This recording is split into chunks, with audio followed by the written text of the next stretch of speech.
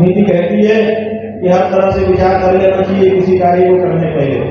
तो हमने सोचा कि हमारा मुसलमान लोग विरोध करेंगे, तो हमने उनके ग्रंथों से पढ़ लिया कि जब वो विरोध करेंगे तो हम उनको ये जवाब नहीं के ग्रंथ से देंगे। ईसाई हमारा विरोध करेंगे तो हमने ईसाइयों के ग्रंथ पढ़ के तैयारी कर ली, और कोई विरोध करेगा उसके बारे में तैयारी कर ली और निकल पड़े। लेकिन निकलने के बाद क्या हुआ, किसी मुसलमान ने हमारा विरोध गाय के मामले में नहीं किया, किसी ईसाई ने हमारा विरोध गाय के मामले में नहीं किया। सबसे पहला जो विरोध हमारे सामने आया वो भारतीय जनता पार्टी का है। आश्चर्य, हमने सोचा ही नहीं था। हमने सोचा था कि वो नहीं मानेंगे तब भी विरोध थोड़े करेंगे, वो चुप रहेंगे। लेकिन सबसे पहला विरोध नागालैंड के प्रदेश से आया। वहां के जो भारतीय जनता पार्टी के अध्यक्ष हैं, उन्होंने पत्र जारी करके कहा कि गाय हमारे भोजन की संस्कृति का हिस्सा है, इसके बारे में बात करने वाले को नागालैंड में प्रवेश नहीं देना चाहिए। हमको नागालैंड में प्रवेश से रोक दिया गया।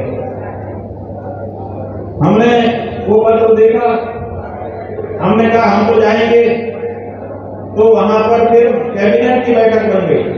वहां पर मिली जुली सरकार है, भारतीय जनता पार्टी का उप मुख्यमंत्री है। कैबिनेट की बैठक बुला दी वहां की सरकार ने, और कैबिनेट की बैठक बुला करके प्रस्ताव पारित कर दिया कि गाय की बात करने वाले शंकराचार्य को नागालैंड में प्रवेश नहीं दिया जाएगा। बताइए, भारत के नागरिक हम भी हैं, और भारत के प्रत्येक नागरिक को किसी भी प्रदेश में आने की, जाने की और अपनी बात कहने की छूट होनी चाहिए कि नहीं होनी चाहिए? संविधान ने ये छूट दी है कि नहीं दी है?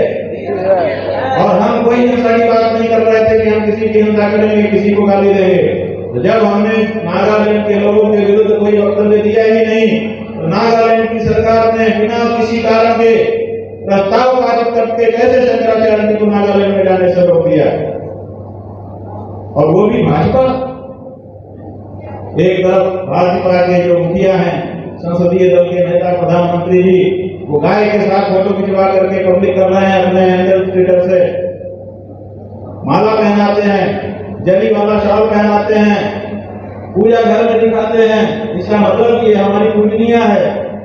एक तरफ उनकी तरफ से ये हमारे सामने दृश्य प्रस्तुत किया जाता है, और दूसरी तरफ से उसी समय, उसी दिन नागालैंड भाजपा शंकराचार्य जी को केवल इसलिए नागालैंड में प्रवेश से निषेध कर देती है कि वो गाय की बात करने के लिए आ रहे हैं।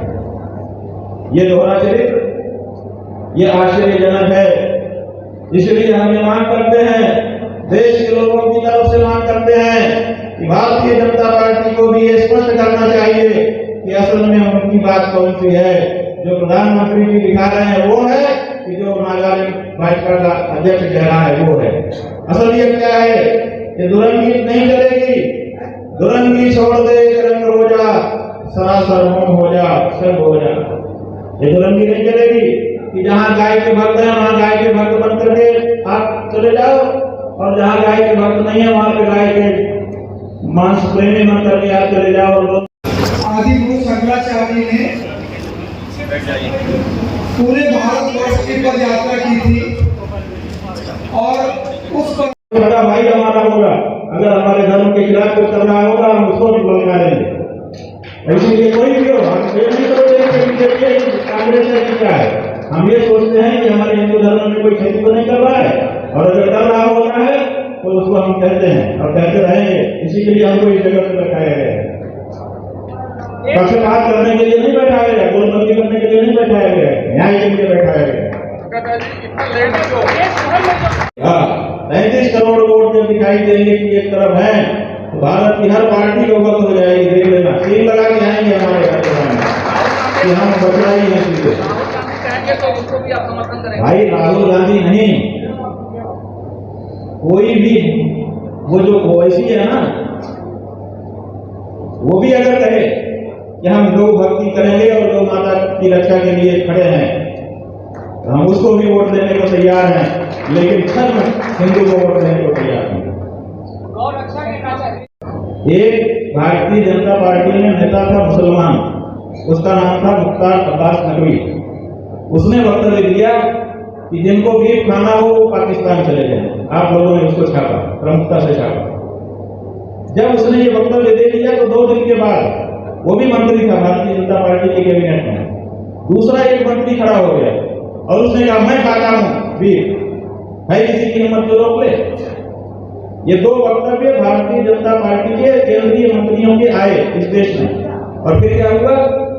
फिर ये हुआ कि जिसने कहा था कि जिसको बीफ खाना हो पाकिस्तान चला जाए, उसका मंत्रालय छिन गया, आज वो मंत्री नहीं है। और जिसने कहा था कि मैं खाता हूं बीफ, आज भी वो मंत्री बनकर के बैठा हुआ है। उदाहरण है आपके सामने, हम किसकी तरफ जाए बताओ? हमारे लिए मुख्तार अब्बास नकवी हमारा भाई है, क्योंकि हमारी गाय माता के पक्ष में खड़ा है।